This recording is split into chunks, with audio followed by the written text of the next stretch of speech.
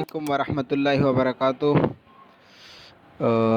तो गाइस आज हम एमएस ऑफिस 2013 के बारे में पढ़ेंगे। उसमें तीन टाइप की चीज़ें हैं, एमएस वर्ड, एमएस एक्सेल और पावर पॉइंट। तो सबसे पहले हम एमएस वर्ड के बारे में पढ़ते हैं। एमएस वर्ड में हम क्या क्या कर सकते हैं, उसमें हम डॉक्यूमेंट बना सकते हैं, सीवी बना सकते हैं, और भी हम एमएस वर्ड में बहुत सारे पेपर वगैरह टाइप कर सकते हैं, बहुत कुछ कर सकते हैं हम एमएस वर्ड में। तो आज हम एमएस वर्ड में होम टैब के बारे में पढ़ेंगे। ये ऊपर आपको जितने भी दिखाई दे रहे ये टैब कहलाते हैं, जैसे व्यू, रिव्यू, मिलिंग्स वगैरह, रेफरेंस, पेज लेआउट, ये सारे हमारे पास टैब हैं। सबसे पहले हम होम टैब के बारे में पढ़ेंगे। उसके बारे में हम जानेंगे कि आया इसमें हम क्या क्या कर सकते हैं। तो सबसे पहले हम यहाँ पर कुछ लिख देते हैं, जैसे कि फॉर एग्ज़ाम्पल मैंने यहाँ कुछ लिखा। ये मेरे पास कुछ टेक्स्ट लिखा है, मैंने यहाँ पर कुछ टेक्स्ट लिखा है और यहाँ पर मैंने उसका हेडिंग दे दिया।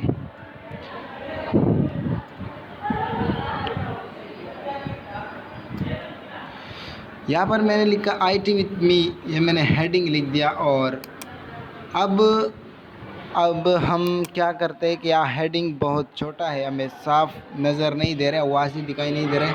हेडिंग थोड़ा सा बड़ा होता है और बोल्ड हुआ होता है। तो हम क्या कर सकते हैं, यहाँ पर सिंपली इस हेडिंग को हम सेलेक्ट कर लेते हैं और हम जितना भी चाहे इसका साइज़ हम बढ़ा सकते हैं। सबसे पहले तो हम यहाँ से इसका साइज़ बढ़ा सकते हैं। अगर हम यहाँ पर आए, यहाँ पर देख सकते हैं आप, इसका साइज़ बढ़ रहा है। हम 72 हमने इसका साइज़ रख दिया इतना। और अगर मुझे चाहिए कि मुझे 72 नहीं, इससे भी मुझे और बड़ा चाहिए, तो हम सिंपली यहाँ पर क्लिक करके और यहाँ पर हम लिख सकते हैं कि हमें चाहिए 80 तक। तो हमने 80 लिख दिया और इंटर कर दिया, तो ये देखो साइज़ बड़ा हो गया। इसी तरह सिंपली अगर मुझे चाहिए कि मुझे यहाँ लिखना है 200 लिखा, तो इसका साइज़ 200 तक हो गया। यहाँ पर 200 तक इसका साइज़ बड़ा कर दिया। अब हम इसका साइज़ छोटा करते हैं, वापसी अपनी 72 के हालत में हम इसका वापस लाया। इसी तरह यही से हम इसका साइज़ छोटा करते 8 तक। देखो मैंने इसका साइज़ 72 था, तो हम 48, 36 इस तरह इसका साइज़ हम छोटा कर सकते हैं। अमूमन जो टेक्स्ट वर्ड पर जो काम होता है, जो टेक्स्ट लिखा जाता है, वो 17 उसका साइज़ रखते हैं। लेकिन चूँकि ये हेडिंग है, हेडिंग थोड़ा सा बड़ा होता है, तो हम इसका साइज़ 26 तक रख देते हैं। तो जिस तरह मैंने कहा था कि हम साइज़ बढ़ा सकते हैं, इसी तरह सिंपली हमारे पास एक और तरीका भी, यहाँ पर आपको ये जो ए दिख रहा है, हम इस पर अगर हम क्लिक करेंगे तो इसका साइज़ बड़ा होता जाएगा। देख रहे हो आप, इसका साइज़ ये देखो 100 तक आ गया। हम और भी बड़ा कर सकते हैं, इसका साइज़ आप जितना भी चाहो आप बड़ा कर सकते हैं। और इसके बराबर वाले में छोटी स्मॉल ए लिखे हैं, यानी कैपिटल लिखे लेकिन थोड़ी सी छोटी लिखे।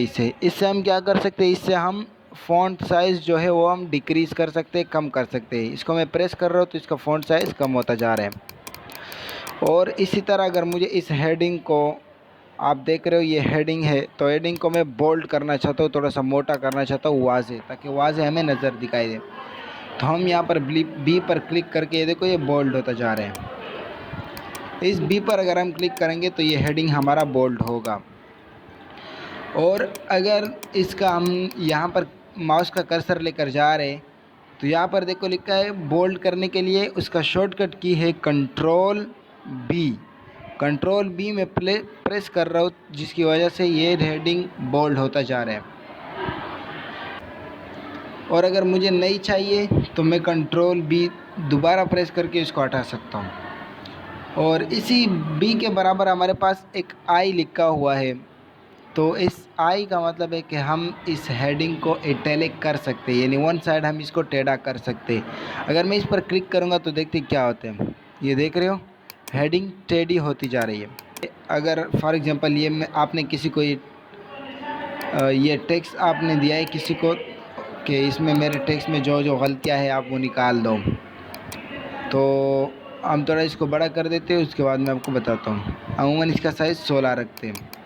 या जो 16 लिखा है हम इसका साइज़ 16 टेक्स्ट का रखते हैं। तो अगर उसने कहा कि ये जो गैलरीज है ये आपने गलत लिखा है, तो हम इसको कैसे वो काटेगा, वो यहाँ से बैक स्पेस दबाएगा तो हमें पता नहीं चलेगा कि उसने कहाँ से कौन सा चीज़ हटाया है, तो यानी हमें कन्फ्यूजन होगी। तो वो सिंपली यहाँ अगर उसने क्लिक कर दिया कि आपकी गैलरीज गलत है या यहाँ ये नहीं आना चाहिए, तो ये यहाँ पर आकर क्रॉस लगा सकते हैं, देख सकते हो आप। अब हमारी जो गैलरीज है यह हमारे पास कट हो चुकी है, यानी कि ये चीज़ यहाँ पर नहीं होना चाहिए या ये चीज़ आपने गलत लिखी है। अगर किसी को आपने निशानदेही करना हो तो हम यहाँ से सिंपली हटा भी सकते हैं और यहाँ से हम लगा भी सकते हैं। और अब हमें ये नहीं चाहिए तो हम यहाँ से हटा देते हैं। और हम हेडिंग है, हेडिंग के नीचे अब मुझे अंडरलाइन चाहिए, तो अंडरलाइन यहाँ जो बोल्ड बताया था, इटैलिक बताया, और इसके बराबर में अंडरलाइन आ रहा है, हम इस पर क्लिक करेंगे सिंपली तो यहाँ पर देखो अंडरलाइन हो रहा है, हेडिंग मेरा अंडरलाइन हो रहा है। तो अगर किसी ने कहा कि नहीं मुझे डबल अंडरलाइन चाहिए, तो डबल अंडरलाइन के लिए इसके बराबर वाले में एक निशान है, इसको हम प्रेस करेंगे तो मुख्तलिफ सी लाइन आ जाएगी। ये देखो ये डबल अंडरलाइन है, ये ज़्यादा बोल्ड है, ये डैश डैश वाला है, ये जिप जिप भी है या जिग जैग है, इसी तरह वेव फॉर्म की शक्ल में है। ये मैंने लगा दिया। अब यहीं से जाकर अगर मुझे इसका कलर भी चेंज करना है तो इसी से जाकर मैं यहाँ नीचे अंडरलाइन कलर, ये देख सकते हो आप, मैं इसका कलर हटा सकता हूँ। ये मैंने यहाँ पर इसका कलर रेड रख दिया। वालेकुम सलाम। तो यहाँ पर हमने देखा कि हम इस अंडरलाइन का कलर हम चेंज कर सकते हैं। यहाँ से जाकर हम अंडरलाइन का कलर आप जो भी रखना चाहते हैं यहाँ से आप अंडरलाइन कलर रख सकते। फॉर एग्ज़ाम्पल मैंने रेड रख दिया अभी। और अंडरलाइन मुझे ये वाली अंडरलाइन नहीं चाहिए, मुझे डबल अंडरलाइन चाहिए, तो मुझे डबल ले लिया मैंने। यहाँ पर अगर मुझे इस टेक्स्ट को कलर देना है, ये मेरा हेडिंग है, ताकि इसको मैं एक कलर दूँ अलग सा, तो हम सिंपली यहाँ से जाकर इसको कलर दे सकते हैं। देखो मैंने यहाँ पे क्लिक किया तो इसका कलर रेड हो गया। अगर मुझे रेड कलर नहीं चाहिए तो मुझे कोई और कलर चाहिए, तो मैं यहाँ से इसके बराबर वाले निशान पे क्लिक करके मेरे पास कलर आ जाएंगे। तो मैंने जो भी कलर रखना है मैं यहाँ आसानी से रख सकता हूँ। मैंने ये रख दिया।